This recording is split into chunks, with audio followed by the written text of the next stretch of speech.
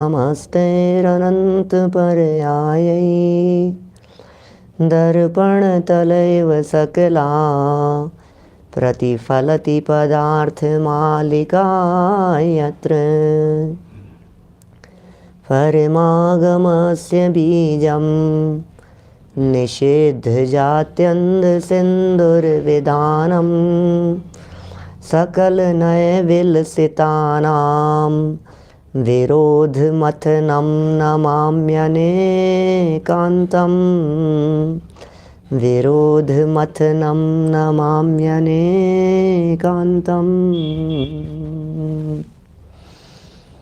पुरुषार्थ सिद्धि उपाय नामक यह ग्रंथ है। अमृतचंद्राचार्य की यह सुंदर रचना। अंतिम चरण चल रहे हैं, समापन की वेला चल रही है।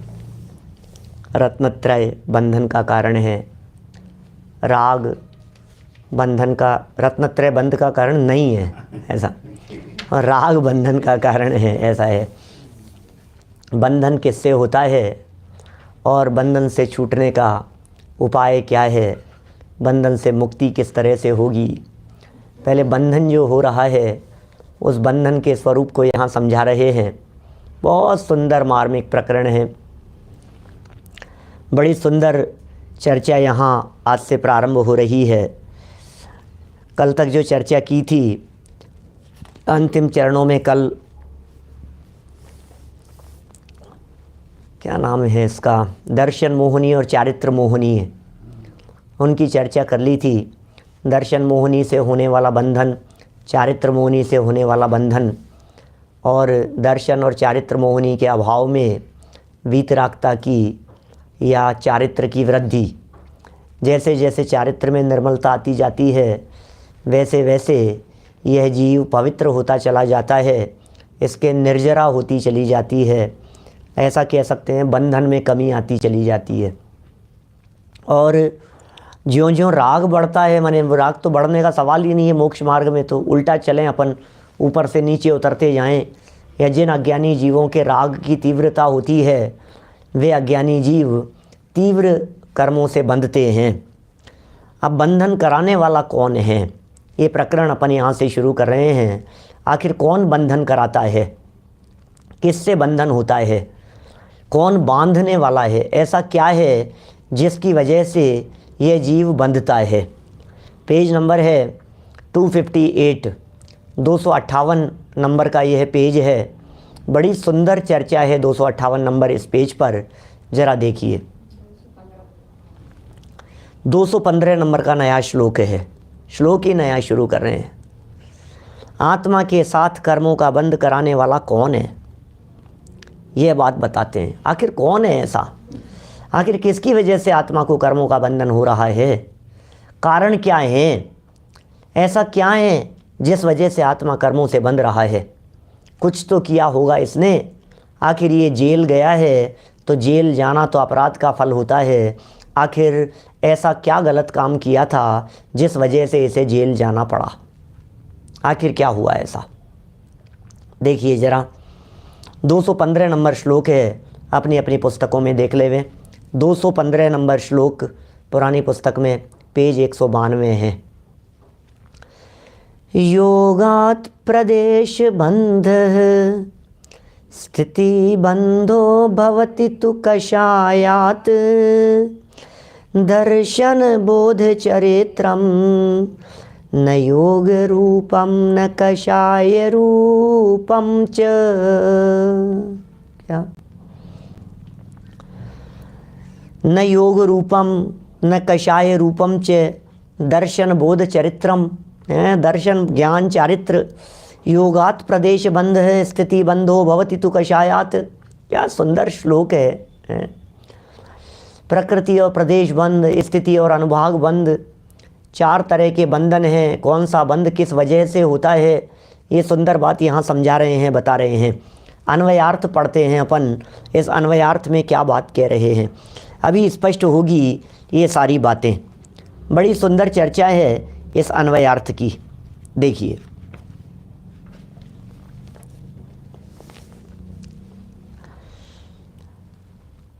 प्रदेश बंध, प्रदेश बंध योगात मन वचन काय के व्यापार से। प्रदेश बंध किससे होता है? योगात। योगात प्रदेश बंध है, योग से प्रदेश बंध होता है। योग माने क्या है? योग का वास्तविक अर्थ तो होता है मन वचन काय की चंचलता। ये तो योग का वास्तविक अर्थ है, मन की, वचन की और काय की चंचलता, इसका नाम तो योग है। और ये तो प्रदेश बंध है। आत्म प्रदेशों की चंचलता असली योग है और मन वचन काय की चंचलता व्यवहार से योग है। तो ये कह रहे हैं इसके व्यापार से तो स्थिति बंध है और स्थिति बंध क्या? कषायात, कषायों से, क्रोधादि कषायों से, भवति माने होता है, परंतु दर्शन बोध चरित्रम, सम्यक दर्शन, सम्यक ज्ञान, सम्यक चारित्र रूप रत्नत्रय, न योग रूपम, न तो योग रूप है, च न कषाय रूपम, और न कषाय रूप ही है। क्या? वो योग रूप नहीं है, वो कषाय रूप नहीं है। जो रत्नत्रय है उस रत्नत्रय में योग नहीं है, रत्नत्रय में कषाय नहीं है, इसलिए रत्नत्रय से बंधन नहीं है। और जो स्थिति और अनुभाग बंध है, स्थिति बंध है, वो क्रोध आदि कषायों से होता है। स्थिति बंध कषाय से होता है। बोलो। हाँ, नहीं दिया। देखिए क्या कह रहे हैं यहाँ, बड़ी सुंदर चर्चा है। सरल अर्थ पढ़ता हूँ, अन्वयार्थ में संस्कृत हटा करके। प्रदेश बंध मन वचन काय के व्यापार से और स्थिति बंध क्रोधादि कषायों से होता है, परंतु सम्यक दर्शन, सम्यक ज्ञान, सम्यक चारित्र रूप रत्नत्रय न तो योग रूप है और न कषाय रूप है। टीका पढ़ते हैं। माने इन्होंने यहाँ दो प्रकार के बंधों की चर्चा की है। एक का नाम है प्रदेश बंध और एक का नाम है स्थिति बंध। प्रकृति बंध और अनुभाग बंध, इन दो की बात को इन्होंने यहाँ छेड़ा नहीं है, लेकिन वर्णन करते समय, टीका लिखते समय, विस्तार करते समय प्रकृति, प्रदेश, स्थिति और अनुभाग, ये चारों प्रकार के बंधों की चर्चा की गई है। माने टीकाकार ने चारों की कह दी। अपन ऐसा भी कह सकते हैं कि शायद छंदानुरोध से माने वो एक एक ही नाम दिए। जहाँ प्रकृति बंध की बात कही वहाँ प्रदेश बंध भी अपने आप लगा लेना, या प्रदेश बंध कहा वहाँ प्रकृति बंध भी अपने आप लगा लेना। जहाँ स्थिति बंध कहा गया वहाँ अनुभाग बंध भी अपने आप लगा लेना। देखिए साहब, बंधन चार प्रकार के हैं: प्रकृति, प्रदेश, स्थिति और अनुभाग। बंधन के नाम क्या हैं? प्रकृति बंध, प्रदेश बंध, स्थिति बंध और अनुभाग बंध। चार प्रकार के बंधन हैं। अभी इन चारों के स्वरूप को भी बताऊंगा आपको। एक बार टीका की कुछ पंक्तियां और पढ़ लेते हैं अपन। देखिए टीका। योगात प्रदेश बंध भवति तु कषायात स्थिति बंध भवति यतः दर्शन बोध चरित्रम न योग रूपम न कषाय रूपम च भवति। न योग रूपम न कषाय रूपम, योग रूप भी नहीं और कषाय रूप भी नहीं। अनुवाद देखिए। मन वचन काय के योग से प्रदेश बंध और प्रकृति बंध होता है, तथा क्रोधादि कषायों से स्थिति बंध और अनुभाग बंध होता है। यहाँ श्लोक में यद्यपि प्रकृति बंध और अनुभाग बंध का उल्लेख नहीं किया गया है, तो भी उपलक्षण से ग्रहण हो जाता है। ये टीका करते हुए इन्होंने यहाँ समझा दिया कि भैया नाम भले ही नहीं दिया हो, लेकिन अपने आप समझ लेना। प्रदेश में प्रकृति और स्थिति में अनुभाग। हाँ, ये अपने आप ही यहाँ चल जाते हैं। देखो बहुत सारे नए साथी जो हैं, मैं उन्हें बता दूं, आत्मा के साथ में कर्म बंधते हैं। आपको इस बात की स्वीकृति तो है ना। दुनिया में बहुत सारे लोग ऐसे हैं जो लोग ये समझते हैं कि कर्म कहाँ बंधते हैं, कर्म कहाँ चिपक रहे हैं। आपको कभी फीलिंग होती है ऐसी कि मुझे कोई बांध रहा है? आपको ऐसा महसूस होता है कि मैं बंध रहा हूँ, मुझे बांधा जा रहा है? कभी नहीं होती होगी। आपको कभी ऐसा लगता ही नहीं होगा कि मैं बंध रहा हूँ, मुझे बांधा जा रहा है। कभी नहीं लगता होगा ऐसा। जबकि प्रति समय ये जीव बंध रहा है, प्रति समय बांधा जा रहा है। यह अदृश्य बंध है, यह अमूर्तिक कर्मों का बंध है। अमूर्तिक माने आँखों से नहीं दिखने वाले, है तो मूर्तिक कर्म, लेकिन वो आँखों से नहीं दिखते हैं। उन कर्मों का बंधन निरंतर हो रहा है हमारे आत्मा के साथ में, प्रति समय के भावों से। राग की चर्चा की थी ना, जो चर्चा चल रही थी पिछले कुछ दिनों से, राग राग राग से बंधन, राग से बंधन, राग से बंधन। ये कह रहे हैं वो राग को कहते हैं कषाय। क्या?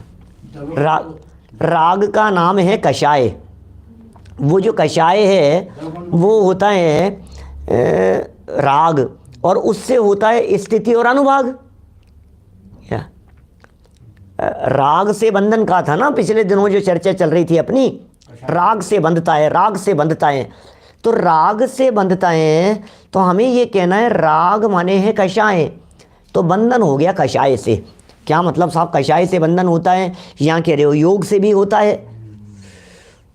योग से होता है कि कषाय से होता है? सुनो, योग का बंधन बंधन नहीं है। योग का बंधन कोई मायना नहीं रखता है। कषाय का बंधन असली बंधन है। योग से होने वाला बंधन अरहंत भगवान के भी होता है, किसी काम का ही नहीं है। 11वें 12वें गुणस्थान में भी होता है, किसी काम का ही नहीं है योगों से होने वाला बंधन, क्योंकि प्रकृति और प्रदेश बंध है। एक बार प्रकृति, प्रदेश, स्थिति और अनुभाग, इन चारों का स्वरूप समझ लीजिए तो सारी बात स्पष्ट हो जाएगी। चारों ही समझाता हूँ अभी। अनुभाग बंध माने क्या होता है? अकेले उधर नहीं, प्रकृति बंध क्या होता है, प्रदेश बंध क्या होता है, स्थिति बंध क्या होता है, क्या, और अनुभाग बंध क्या होता है। वह क्या माने कर्म जो हैं ये मूर्तिक हैं, कहीं कहीं अमूर्तिक कह देते हैं। अभी प्रवचन सुनते समय भी बंधन हो रहा है। क्या? क्या? बहुत सारे हमारे नए नए साधर्मी हैं, ऐसा लगता है प्रवचन सुनते समय भी बंधन। क्या बात कर रहे हो? हाँ जी, पुण्य का बंधन हो रहा है, पुण्य का बंधन हो रहा है। पाप का अपकर्षण हो रहा है, पाप से बच पा रहे हैं, शुभ भाव में लगे हैं, शुभ बंध हो रहा है, पुण्य प्रकृतियों का बंधन हो रहा है, अनुकूल वेदनीय कर्म प्रकृतियों का बंधन हो रहा है। बंधन तो निरंतर है, बंध से रहित तो ये जीव कभी नहीं होता। सोते समय भी नहीं, बेहोश पड़ा हो तब भी नहीं, कोमा में पड़ा हो तब भी नहीं, बेहोशी का इंजेक्शन लगा करके ऑपरेशन थिएटर में हो तब भी नहीं। कर्म का बंधन कभी नहीं रुकता, नॉन स्टॉप चलता रहता है, नॉन स्टॉप चलता रहता है, नॉन स्टॉप चलता रहता है। कर्म का बंधन प्रति समय चलता रहता है, चलता रहता है, चलता रहता है। आप सुन रहे हो तब भी, आप प्रवचन कर रहे हो तब भी, आप प्रवचन सुन रहे हो तब भी, हर समय कर्म का बंधन है। क्यों है? क्योंकि ये जीव भावों से रहित कभी नहीं है। जैसे भाव चल रहे हैं वैसे कर्म का बंधन हो रहा है, नॉन स्टॉप चल रहा है। सुनो, बंद ही नहीं, उदय भी हर समय आ रहा है। ये बंधन और फिर उसका फल। कर्म आत्मा के साथ में आकर के बंध गए और उनका फिर उदय आ गया, फल मिल गया तो वे छूट जाते। ध्यान अवस्था के काल में भी निरंतर बंधन है। माने आप जिसे ध्यान समझ रहे हैं उस ध्यान की बात कर रहा हूं मैं। उस ध्यान अवस्था के काल में भी ध्यान देना, बहुत मार्मिक बात कहता हूं, थोड़ा सा गहराई से समझने की बात है। ध्यान के काल में भी जितने अंश में आपके राग का सद्भाव है उतना तो बंधन होगा ही ना। ध्यान करने वाला व्यक्ति, साधक अवस्था के ध्यान की बात कर रहे हैं, साधक अवस्था में ध्यान करने वाला व्यक्ति वीतरागी तो नहीं हो गया, भगवान तो नहीं हो गया, तो जब तक भगवान नहीं है तब तक येनान शेन तु रागस तेनान शेनास्य बंधनम भवति। जितने अंश में राग का सद्भाव है उतने अंश में बंधन है। हाँ, निर्जरा का भी वो चालू है ध्यान के काल में। जिस जीव के शुद्धोपयोग है, जिस जीव के आत्मा का ध्यान है, जिस जीव की आत्मा के साथ में एकाग्रता है, उसके क्या होगा बतलाइए? हैं? अपने आप क्या? बहुत लोगों के प्रश्न उठ रहे हैं इस तरह के कि सोते समय कैसे बंधते होंगे? क्या सपने आते हैं तो इस वजह से बंधते होंगे स्वप्न के अनुसार? ऐसा नहीं है, स्वप्न के अनुसार नहीं बंधते हैं, बंधते होंगे स्वप्न के अनुसार भी, लेकिन स्वप्न तो मुझे मालूम है आप में से 50% लोग ये कह सकते हैं हमें तो सपना आता ही नहीं है, हमें तो स्वप्न ही नहीं आया, तो हमें तो नहीं बंधते होंगे। नहीं भाई, ऐसा नहीं है। निद्रा के काल में भी आपका राग भाव है या नहीं है? निद्रा के काल में बहुत कॉन्स्टेंटली चलती हुई कषाएं हैं या नहीं है? या निद्रा के काल में राग द्वेष है या नहीं है? क्या आप ऐसा मानते हैं? देखो, तर्क युक्ति से समझने की चेष्टा कीजिए। क्या आप ऐसा मानते हैं कि नींद के काल में, नींद लेते समय हम भगवान बन गए? ऐसा मानते हैं क्या आप? नींद के काल में आप भगवान तो नहीं है ना? इसका मतलब नींद के काल में भी क्या, नींद के काल में भी राग द्वेष तो चल रहे हैं। क्या चल रहे हैं साहब? उपयोग चल रहा है, बिल्कुल कहीं ना कहीं चल रहा है। राग द्वेष निरंतर निरंतर निरंतर निरंतर चल रहे हैं। तो जब राग द्वेष की निरंतरता अंदर में कायम है, इसी से कर्म का बंधन भी है। बोलो, शास्त्र सुनते समय भी कर्म बंध रहे हैं। कैसे बंध रहे होंगे? निर्जरा नहीं हो रही है, निर्जरा नहीं हो रही है। निर्जरा तो आप देखो, ऑटोमेटिक होने वाली जो निर्जरा है ना, क्या वो हो ही रही है, उससे मतलब नहीं है। शास्त्र सुनते समय भी भाई कर्म का कोई देखो क्या कह रहे हैं यहाँ, ये कह रहे हैं ये जो बात है बंधन संबंधी थोड़ा सा गहराई से समझने योग्य है। या तो आप मान लीजिए वीतराग, क्या, या तो आप मान लीजिए भगवान कि साहब कोई क्षण तो ऐसा होता होगा जिस क्षण में कर्म का बंधन नहीं है। क्या कोई क्षण तो ऐसा होता होगा जिस क्षण में बंधन नहीं है कि भैया देखो, अंश अंश की बात है। या तो भगवान बन जाएंगे तब बंधन बिल्कुल नहीं होगा, और मिथ्या दृष्टि है तो 100% बंधन है। हमने बतलाया था ना, पहला गुणस्थान बहिरात्मा, ऊपर चले गए परमात्मा। एक तरफ बहिरात्मा है, एक तरफ परमात्मा है। बहिरात्मा के 100% बंद ही बंद है, परमात्मा के बंद बिल्कुल भी नहीं है। अब बीच में जो स्थितियां हैं लगातार, इनमें जितना जितना अंश जैसे जैसे ऊपर बढ़ता चला जाता है, वैसे वैसे बंधन कम होता चला जाता है। क्या जैसे जैसे ऊपर जाता है ना, जैसे जैसे अंदर की पवित्रता बढ़ती है, जैसे जैसे शुद्धोपयोग बढ़ता है, जैसे जैसे अंदर में उपयोग आत्मा के साथ में जुड़ता चला जाता है, जैसे जैसे ध्यान में आत्मा के साथ में एकाग्रता होती चली जाती है, वैसे वैसे जैसे जैसे ध्यान में एकाग्रता होती चले गई, वैसे वैसे क्या होगा?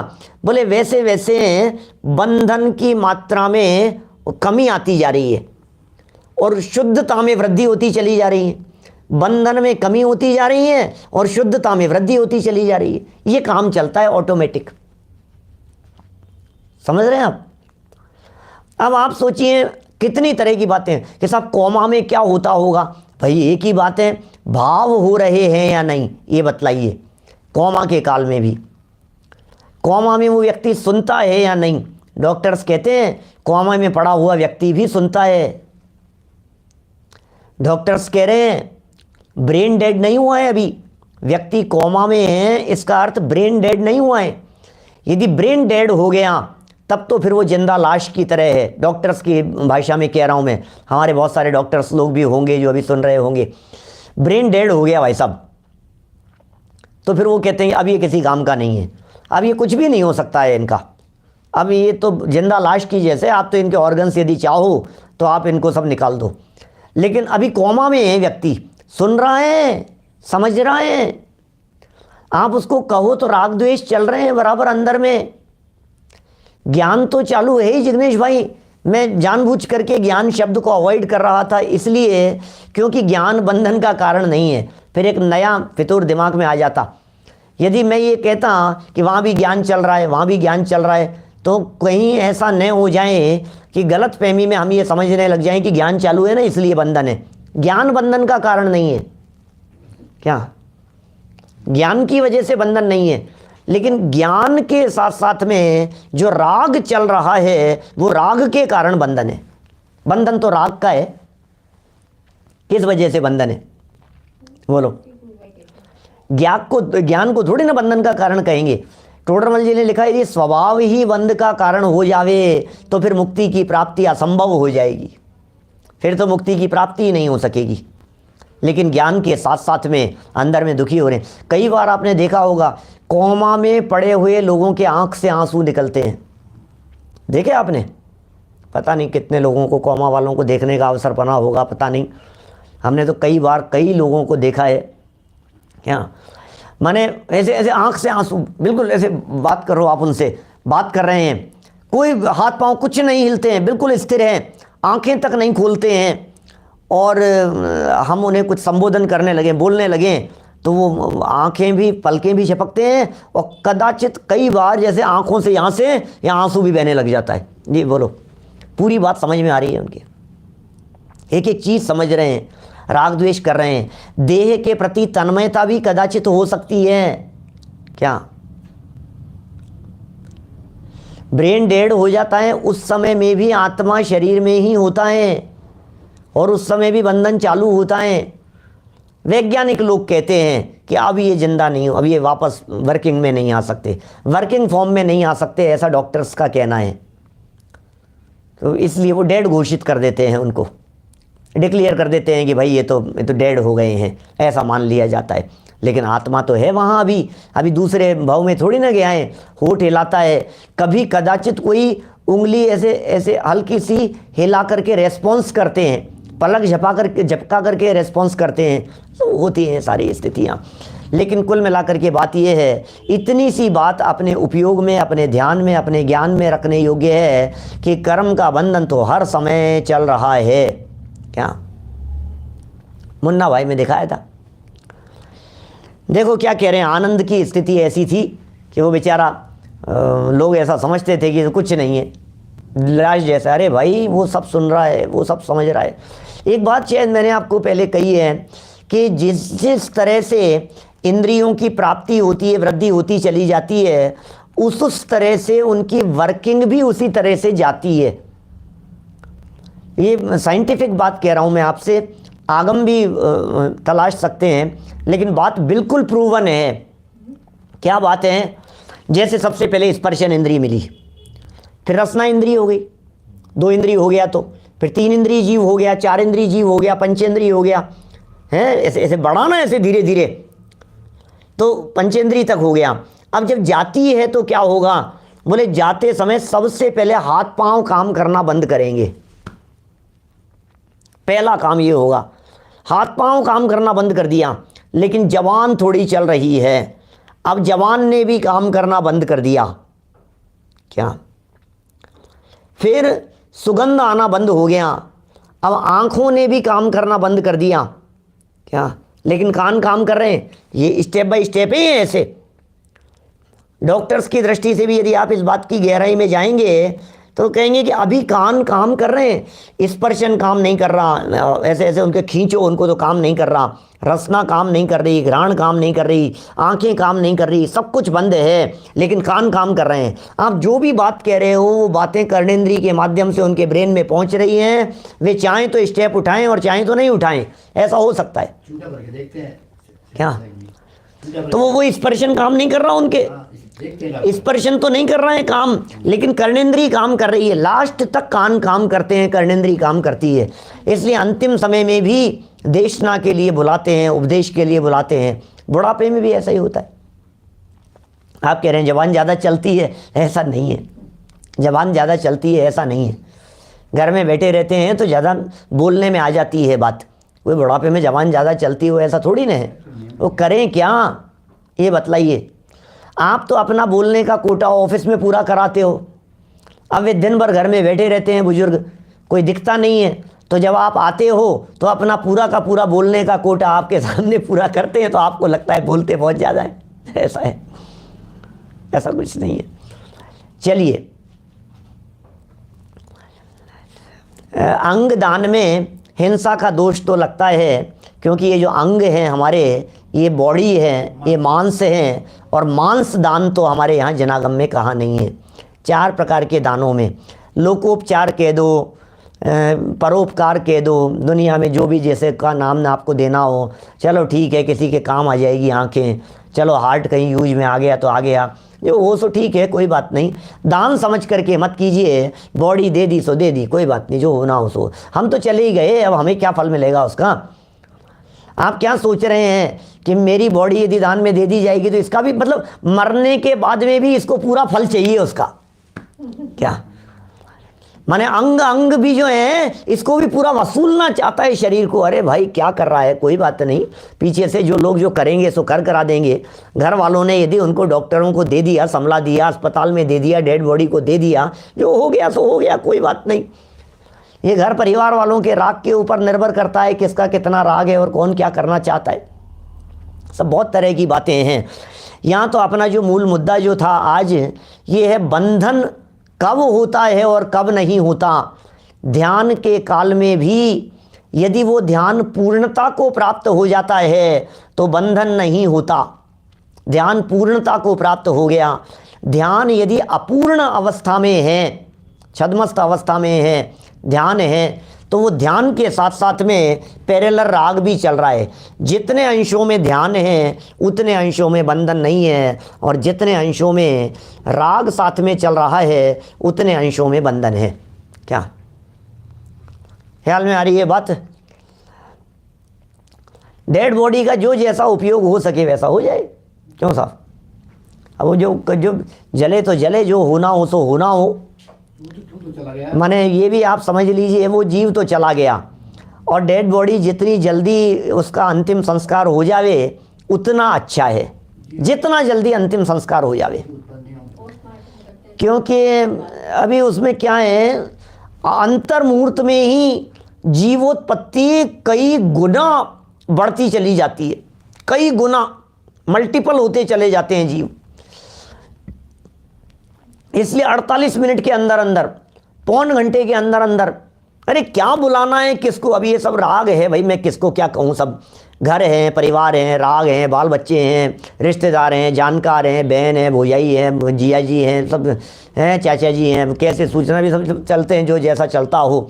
लेकिन भाई मैं तो अपने तरफ से ये बात कहता हूँ, मेरा यदि मरण हो तो किसी का इंतज़ार मत करना। मेरा मरण माने ये देह यदि छूट जाए, यहाँ किसी का इंतज़ार करने की ज़रूरत नहीं है। फ़ोन पर सूचना दो, जिसको देनी है डायरेक्ट शमशान पहुँचो तो पहुँचो, कुछ नहीं, जाने वाला तो चला गया, आप किसका क्या करो बताओ मेरे को। किसका इंतज़ार किया जाए और क्या किया जाए? कुछ नहीं।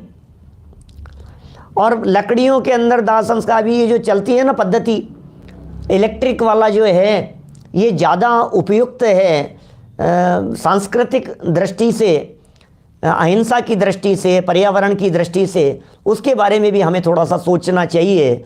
और लकड़ियों के अंदर तो हिंसा बहुत होती है। आपको मालूम है, एक डेड बॉडी के जलाने में तीन पेड़ों की लकड़ियाँ लग जाती है, 3 पेड़ों की, एक व्यक्ति को जलाने में। और फिर उसमें हमारे डेड बॉडी के साथ में जो जीव थे सो तो थे ही, उन लकड़ियों में जो जीव हैं वे भी तो सब जलते हैं। कितनी चींटियां होती है, कितने जीव होते हैं उनमें। आप देखो तो देखते रह जाओ। कई बार जब अंतिम संस्कार में कभी ऐसे निकट के लोगों के जाते हैं और देखते हैं तो लकड़ियों में जीव चलते रहते हैं और उनका सबका ख़त्म हो जाता है।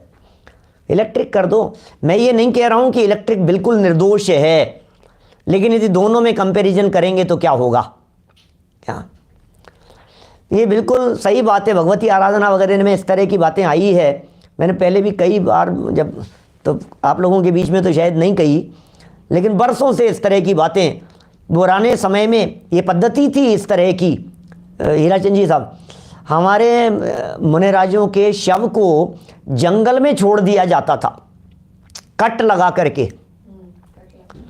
ये जो शरीर है हमारा, इस शरीर और मुनिराजों का शरीर, तो उसके अंतिम संस्कार के समय, अंतिम संस्कार तो क्या कौन करे, किसको जलाएं, कहाँ से लेकर के आएँ, तो पता है कट लगा देते हैं पैर के पास में, हाथ के पास में, जिससे थोड़ा डेड होते ही, तो वो जो कट लग गया है ना, उस कट के पीछे हेतु क्या है, उस अंग कट के पीछे, क्योंकि उसका दुरुपयोग न हो सके।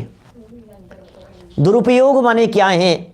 यदि कोई व्यंतर आदिक उसको खेल के रूप में उपयोग में लेवे, बोलो अभी जंगल में छोड़ दिया, पशु खा जाएंगे, पक्षी खा जाएंगे, डेड बॉडी अपने आप सूख जाएगी, ख़त्म हो जाएगा हैं। सामने लोग कह रहे हैं कि मैंने बताया था, कहाँ बताया था इन प्रवचनों में, तो अभी ये अपने लॉकडाउन वाली श्रृंखला के अंदर तो साल भर में तो चला नहीं। अब बाकी तो पुराने प्रवचन बरसों से करते आ रहे हैं, कहते रहते हैं, कहीं ना कहीं सुना होगा आप लोगों ने।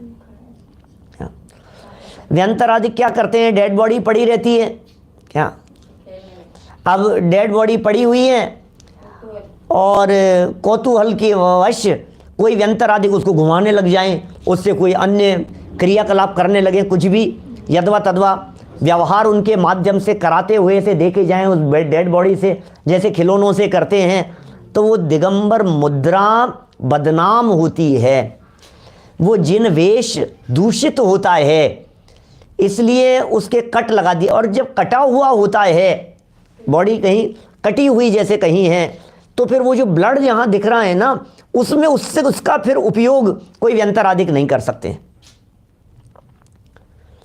वो निर्दोष और शुद्ध यदि बॉडी दिखाई दे रही है तो उसमें ही उस तरह का व्यवहार होता है। तो पुराने समय में यही पद्धति थी, यही परंपरा थी। घर से दूर रहते थे, नगर से दूर रहते थे, गांवों से दूर रहते थे, मुनिराज जंगल में रहा करते थे, उनके शव को, उनकी डेड बॉडी को ऐसे ही पटक दिया जाता था। अब क्या रह गया है? जब चेतन निकल करके चला गया है, तो अब इस खोखे में, इस डब्बे में बचा क्या है जैसे संभाल करके रखा जाए? क्या समझ में आ रही है बात? तो इसलिए पटक दो, ले जाएंगे, जंगली जानवर खा जाएंगे, पशु पक्षी खा जाएंगे, कौवे खा जाएंगे, तो जो जैसा होना होगा थोड़े समय बाद में गल जाएगी, बॉडी खत्म हो जाएगी, कंकाल बन जाएगा, हड्डियाँ पड़ी रहेगी, उसमें क्या है, माटी हो जाएगी। माटी तो है और क्या है वो जो बॉडी है। किसी का पूछना है सामने से कि ये इनके व्यंतरों के वो क्यों नहीं दिखते, प्रूफ क्यों नहीं दिखता है? क्यों नहीं दिखता है? व्यंतरों के सबके प्रूफ दिखते हैं, व्यंतर क्यों नहीं दिखते हैं? व्यंतर तो आए दिन घटनाएं दिखती रहती है। हाँ, मैंने सल्लेखना के प्रकरण में की होगी शायद चर्चा, में भी हो सकता है। अवधि ज्ञान से बता देते हैं, व्यंतर आदिक पूर्व भाव का, पिछले भाव का अपना संबंध आदिक प्रकट करते हुए देखे जाते हैं। ऐसा भी उनके साथ में होता है ना। विज्ञान नहीं मानता है इसे। विज्ञान तो व्यंतर छोड़ो, आत्मा कोई नहीं मानता है भाई साहब, हम क्या बात करें।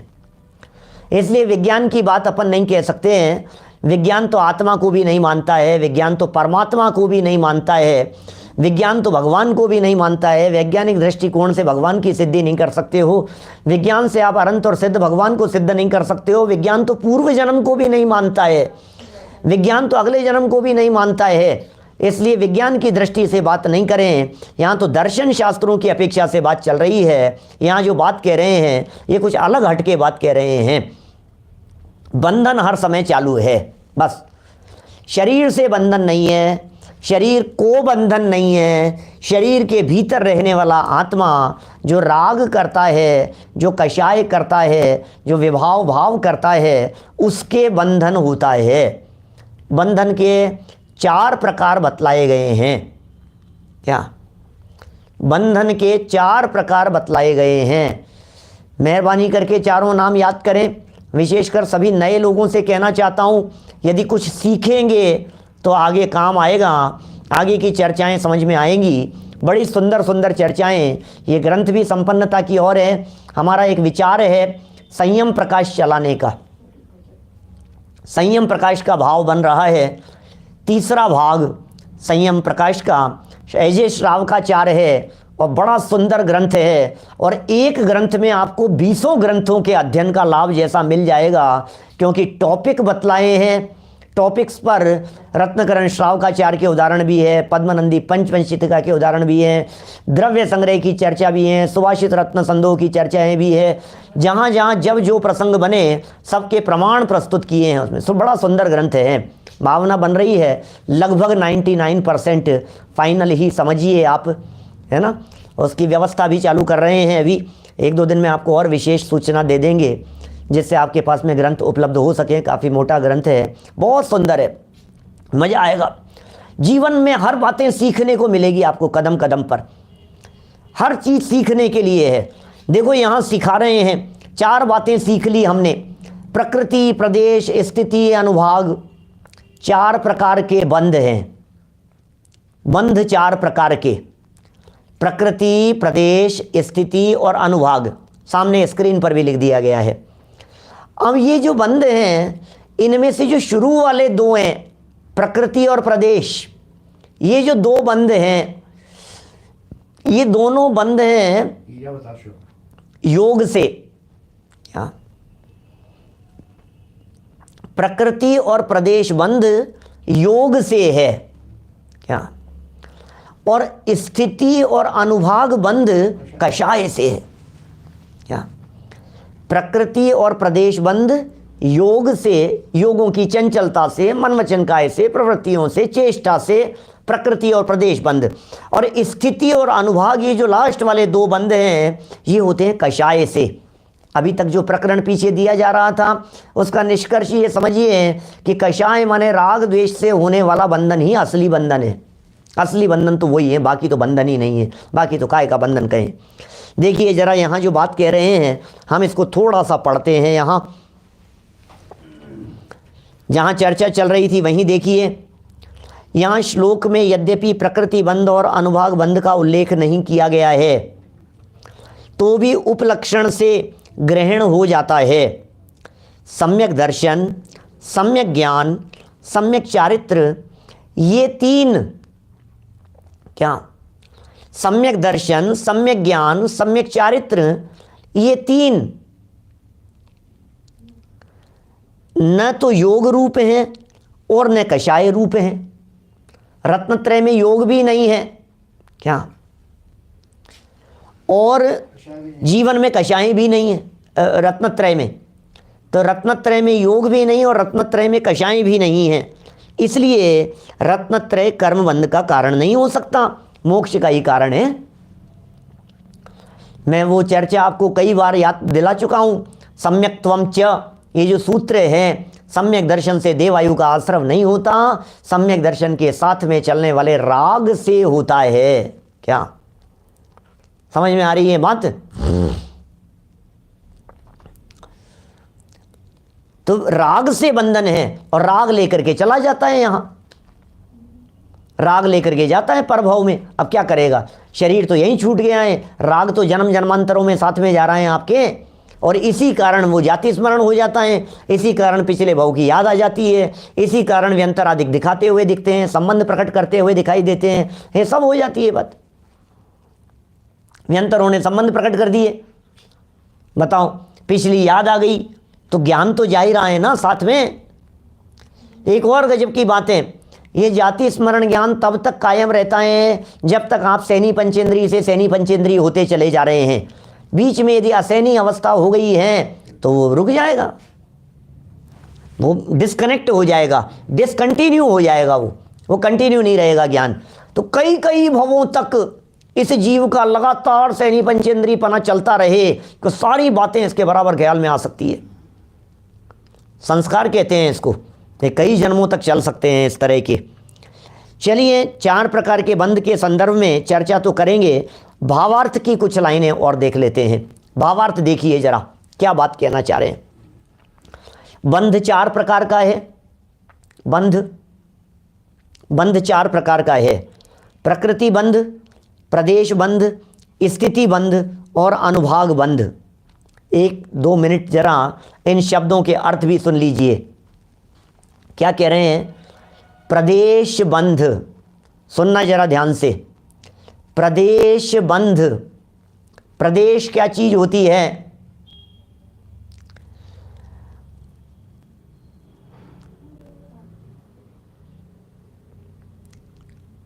देखो क्या कह रहे हैं, प्रदेश बंध क्या होता है? आत्मा के प्रदेश और कर्म परमाणुओं के प्रदेश। क्या? आत्मा का एरिया और कर्म परमाणुओं के प्रदेश, बोले इन दोनों के प्रदेशों का बंध वो प्रदेश बंध है। शास्त्रों में इन्हें कर्म परमाणुओं की संख्यात्मक दृष्टि से कहा है। कितने कर्म परमाणु, क्या कितने कर्म परमाणु जो आत्मा के साथ में चिपकते हैं, बोले ये प्रदेश बंध है। क्या?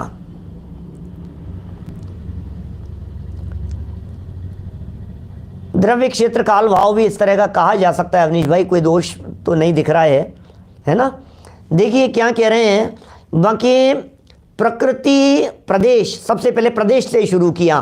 प्रदेश माने कर्म परमाणु कितने थे, कितनी संख्या में, कितनी क्वांटिटी में कर्म परमाणु, कर्मों के प्रदेश, प्रदेश माने एरिया, वो आत्मा के साथ में चिपका तो प्रदेशों का बंध वो प्रदेश बंध है। गिनती है, अनंत बंधते हैं एक साथ। अब इसके साथ साथ में सुनो और गजब की बात, जब वे कर्म परमाणु आत्मा से चिपके तो हमने अगला प्रश्न किया कि उनमें से कौन से ज्ञानावरण के थे, कौन से दर्शनावरण के थे, कौन से मोहनीय के थे, कौन से अंतराय के थे, कौन से वेदनीय आयु नाम गोत्र के थे, कैसे पता लगेगा? बोले जब बंधे थे तो बंधते ही ऑटोमेटिक उनका डिवाइडेशन है। क्या? सब डिवीजन हो जाता है उनका अपने आप ही। कुछ हिस्सा ज्ञानावरण में चला गया, कुछ दर्शनावरण में चला गया, अपने आप प्रकृतियों में बट गए, उसका नाम है प्रकृति बंध। क्या? डिस्ट्रीब्यूशन हो गया अपने आप। मान लिया अनंत आए थे तो अनंत में से सबसे बड़ा एरिया, सबसे बड़ा पार्ट जाता है वेदनीय के खाते में, सबसे बड़ा हिस्सा, सबसे ज्यादा। सेकंड नंबर पर जाता है वेदनीय से कम मोहनीय के खाते में, सेकंड नंबर पर। बिल्कुल निश्चित है, परसेंटेज हैं बनाए हुए, आगम वाक्य हैं, यथा योग्य हैं, बिल्कुल 100% वैसा ही होता है, उसी तरह से उनके बंटवारे होते हैं। अब नंबर चलो 3, तो मोहनीय से कम और ज्ञानावरण, दर्शनावरण और अंतराय, इन तीनों का बराबर बराबर, तीनों का बराबर बराबर मात्रा में रेशियो बनेगा, और लेकिन मोहनीय से कम होगा ज्ञानावरण, दर्शनावरण और अंतराय के हिस्से में। फिर ज्ञानावरण, दर्शनावरण और अंतराय कर्म जो हैं, इन 3 कर्मों से कम लेकिन नाम और गोत्र इन दोनों का बराबर हिस्सा, और फिर आयु कर्म का हिस्सा लाइफ में एक बार जब इसका प्रसंग बने तब। तो इस तरह से वेदनीय, मोहनीय, ज्ञानावरण, दर्शनावरण, अंतराय, फिर नाम, गोत्र, आयु, इस तरह से कर्म परमाणुओं का ऑटोमेटिक प्रकृतियों में डिवीजन हो जाना, सब डिवीजन हो जाना, ये सब प्रकृति बंध कहलाता है। प्रकृतियों में बट गए हैं ना, प्रकृतियों में बट गए हैं तो प्रकृति बंध हो गया है, सीधा सा है, इसमें क्या है। अब कहते हैं ये जो कर्म बंधे थे आत्मा के साथ में, ये बंधे कितनी देर तक रहेंगे भाई साहब? ये कब तक बंधे रहेंगे? उस टाइम पीरियड का नाम है स्थिति। कितने समय तक बंधे रहेंगे? ये कर्म 5 साल तक बंधे हैं कि 25 साल तक बंधे हैं? ये जो कर्मों का बंधन हुआ है, इसको जो जेल गया है, ये कितने समय की सजा है इसको जेल में? ये जेल में कब तक रहेगा भाई साहब? मजिस्ट्रेट साहब ने सुना दिया कि भाई साहब पुलिस वालों पकड़ लो इसको, ये प्रदेश बंद हो गया, जेल में डाल दो, इस जगह की जेल में डाल दो, ये प्रकृति उसको कैसे स्वभाव अनुसार कैसा है, ये हो गया। फिर वो कितने समय तक के लिए कर्म बंधेंगे, वो कहलाता है स्थिति बंध। जटिल नहीं है, बिल्कुल भी जटिल नहीं है। क्या समझ में आ रही है बात? बिल्कुल भी जटिल नहीं है।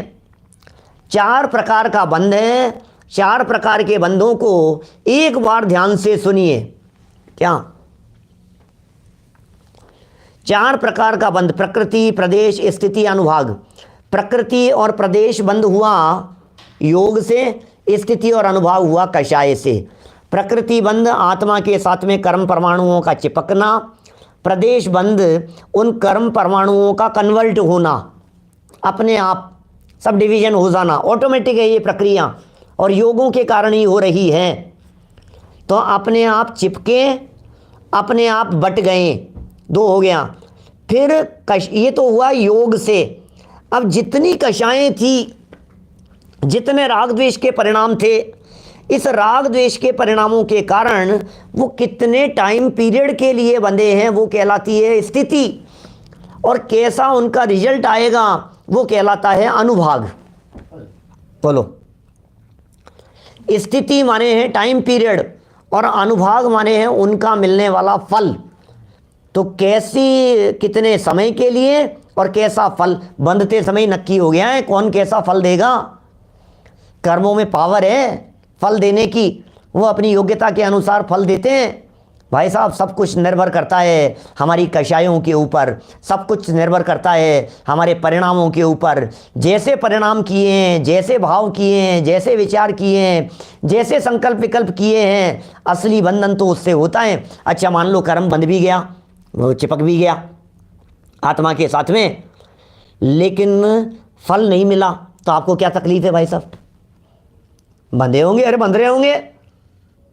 दुनिया में ऐसी कहावत चलती है, व्यक्ति को चोरी में कोई फर्क नहीं पड़ता, चोर को कोई चोरी में फर्क नहीं पड़ रहा, सजा सुनाने में भी फर्क नहीं पड़ता।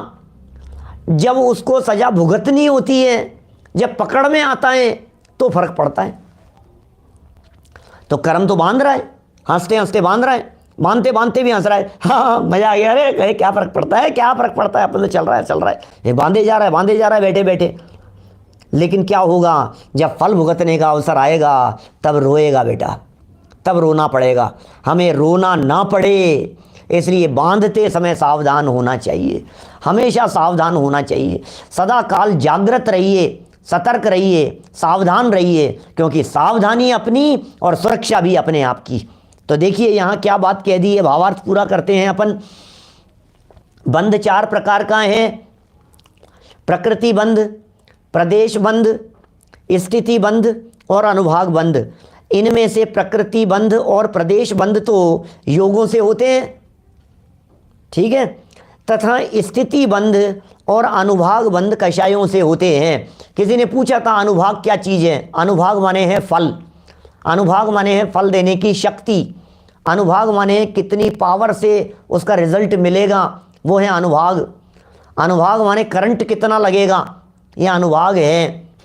अनुभाग माने चाशनी की मात्रा में प्रगाढ़ता कितनी है, ये कहलाता है अनुभाग। क्वांटिटी ज़्यादा है, कोई फर्क नहीं पड़ता, इतने ढेर सारे कर्म बंध गए साहब, अरे क्या फ़र्क पड़ता है, फल कितना मिला ये बताओ। क्वांटिटी ज़्यादा नहीं, कंप्रेस होकर के पावर उसकी दिखाई दे रही है, वो है अनुभाग, उसका नाम फल है। सो अब इन चारों बंधों का स्वरूप कहते हैं। आज तो हमने सिर्फ आपको नाम याद करने के लिए कहा है, इनके स्वरूप को गहराई से देखना, बातें समझ में आएगी। अभी की बात को यहीं विराम देते हैं। कल 8 प्रकार के कर्मों की चर्चाओं को हम यहाँ प्रारंभ करेंगे। क्या है ज्ञानावर्णी, क्या है दर्शनावर्णी, क्या है वेदनीय और क्या है मोहनीय। इन कर्मों के संदर्भ में कुछ अलग हटके कुछ कहने की कोशिश करेंगे, फिर जो जैसा भाषा वर्णना से जैसा निकलेगा तदनुसार चर्चा करेंगे। चलिए जनवाणी स्तुति ले लेते हैं। एक सूचना है छोटी सी, परसों हमारा एक कार्यक्रम है, प्रवचन तो यथावत रहेगा ही, प्रवचन के बाद में कुंदाचार्य देव के जन्म दिवस के अवसर पर एक विशेष कार्यक्रम रात को 9 बजे लाइव चलेगा। इसी तरह से इंटरनेशनल प्रोग्राम है, अलग अलग जगह से वक्ता हैं, USA से हैं, कनाडा से हैं, UK से हैं, स्विट्ज़रलैंड से हैं, न्यूजीलैंड से हैं, नैरोबी से है, 6 देशों से अलग अलग वक्ता होंगे। आचार्य कुंद स्वामी के बारे में आपको यहीं लाइव सुनने को मिलेगा। सूचना पुनः कल भी दे देंगे, परसों भी देंगे। प्रवचन 8 बजे यथावत, 9 बजे 14 तारीख संडे को ये विशेष कार्यक्रम आयोजित है, आप उसका भी लाभ लेवें। अभिजनवाणी। निज निधि निज में बताई, यह अनंत उपकार है, उसके लिए जिन वाणी माँ को वंदना शत बार है, वंदना शत बार है। 9 बाणों का